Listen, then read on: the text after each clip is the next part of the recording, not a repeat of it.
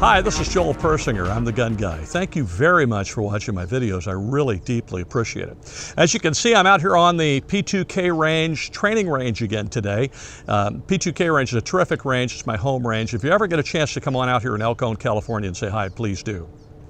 I want to show you, demonstrate for you, and talk with you briefly about the differences between point shooting and flash sight picture, because I'm getting a lot of questions about that from people on the web. So, and some people say, well, point shooting doesn't work, it's horrible, it's, always see your front sight and so on.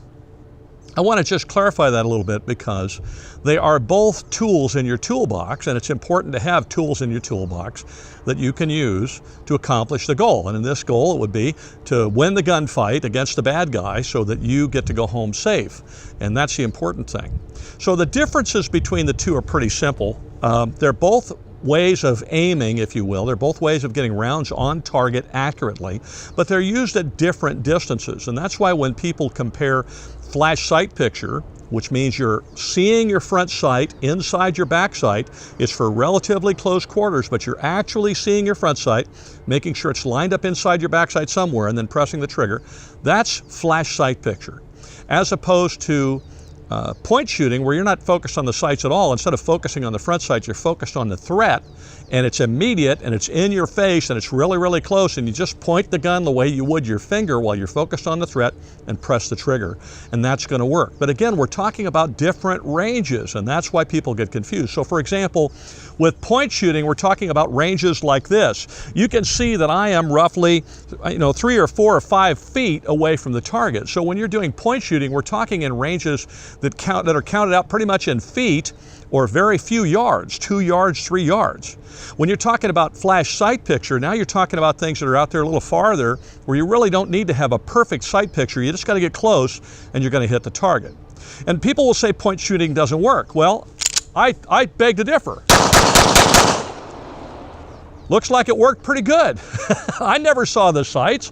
I was focused on the target, and here you go. Here's my shots. 1, 2, 3, 4, 5. I fired 5 shots. I put them all inside the target with what's called point shooting. Had nothing to do with sights, wasn't even looking at them. Point shooting can be used standing still in an emergency like that. It can be used while moving. It doesn't matter.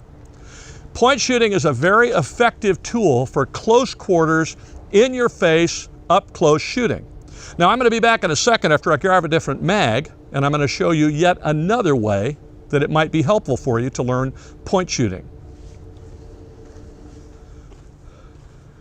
Okay, I'm back up to the mat again with a new magazine and ready to show you something else.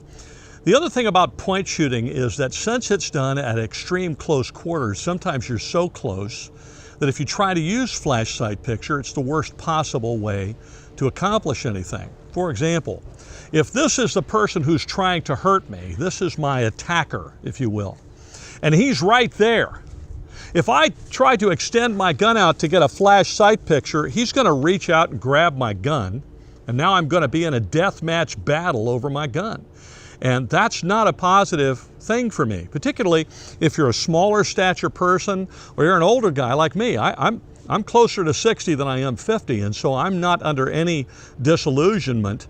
I understand that if I'm fighting somebody who's younger than I am, stronger than I am, and so on, I'm not going to win that battle. I'm not prideful enough to think that I am.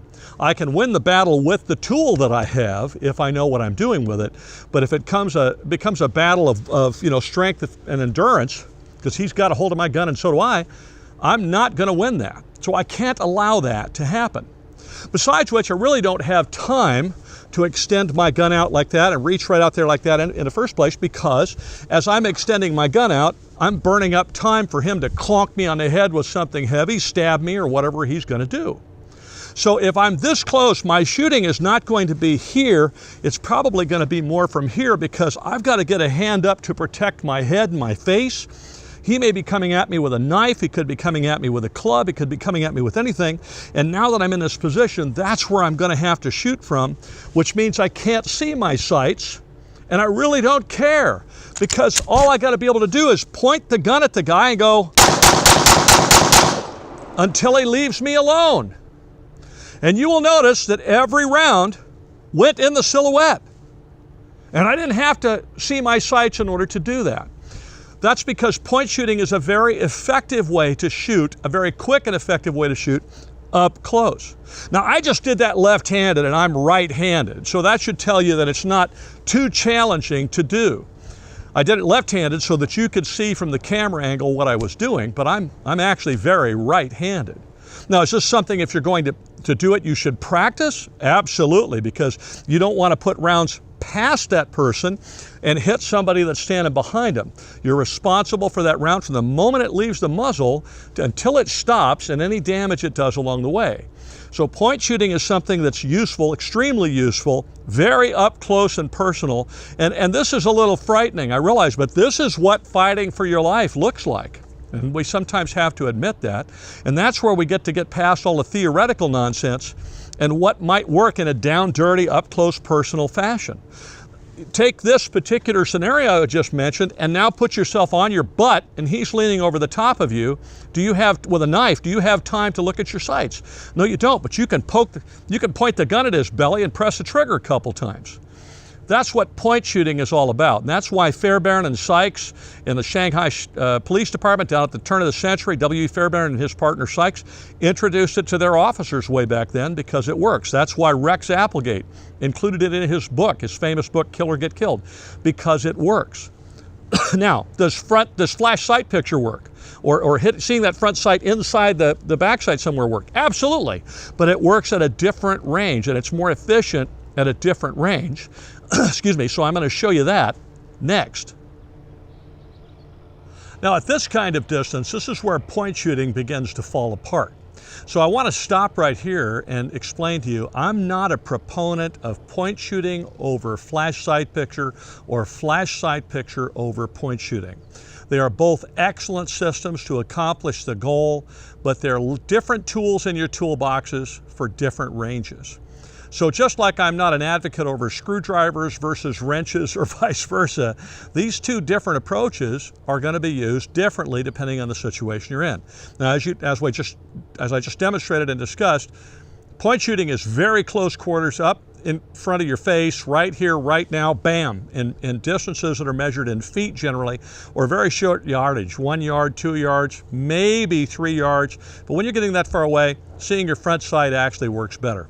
Now at this distance here, this is about 5 yards away, and at this distance, if I try point shooting, it's not going to be as efficient, it's not going to be as accurate. I really do run the risk of having a round miss this person that I really want to get, this bad guy who's trying to hurt me, and have that round go past that person and perhaps injure somebody behind them.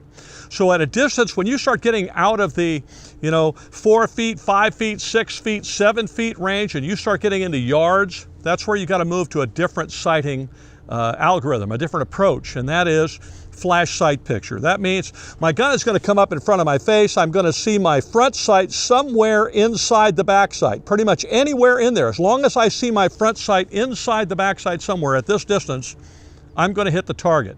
It doesn't have to be a perfect sight alignment, but it has to be a flash sight alignment. I've got to see it and know that they're at least aligned decently where I can see the front sight somewhere framed by the backside. Could be a little high, a little right, a little left, a little low, still going to hit the target. And then I'm a proponent of what are called a controlled pair as opposed to double taps. Double tap is bang, bang. Well, yeah, with point shooting up close, you can do that. But with distance, you want to see that front sight each and every time you press the trigger. And so if you're going to shoot 2 rounds, they need to be a controlled pair. You've got to see the front sight, press, see the front sight, press. So it looks something like this. So you can see that each time I hit them, I don't know whether you can see them or not, we'll get you a close-up shot of where the rounds are going, but you can start to see that I'm firing fairly quickly, but I'm putting rounds dead on target because I can see my front sight each time. And each time those rounds are going on target because all I'm looking for is the front sight somewhere in the back sight. Now I can do that moving too. It doesn't have to be something I have to do standing still. I can move and shoot.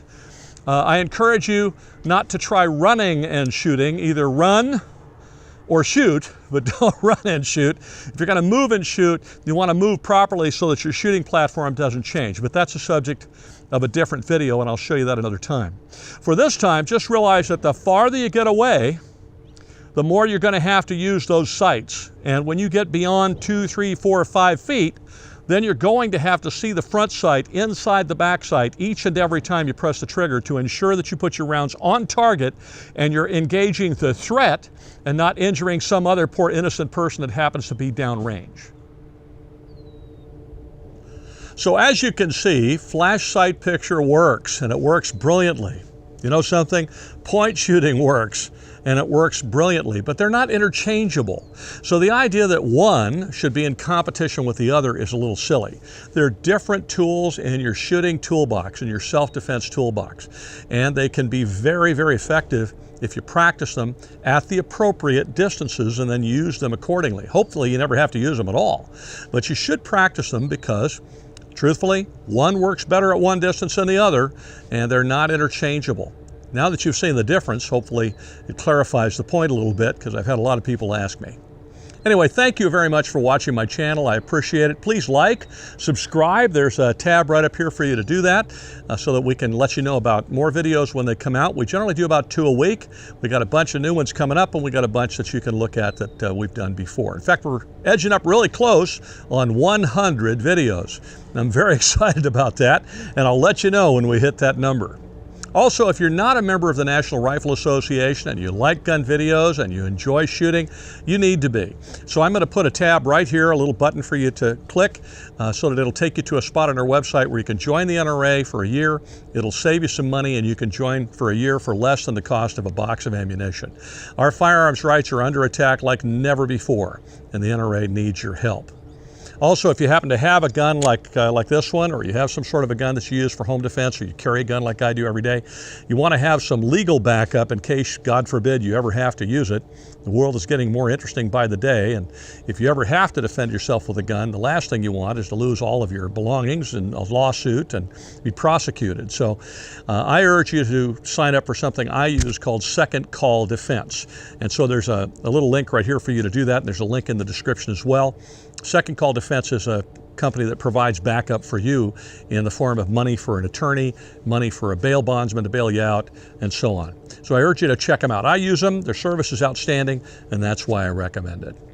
Thank you again for watching. Have a wonderful week, and be safe.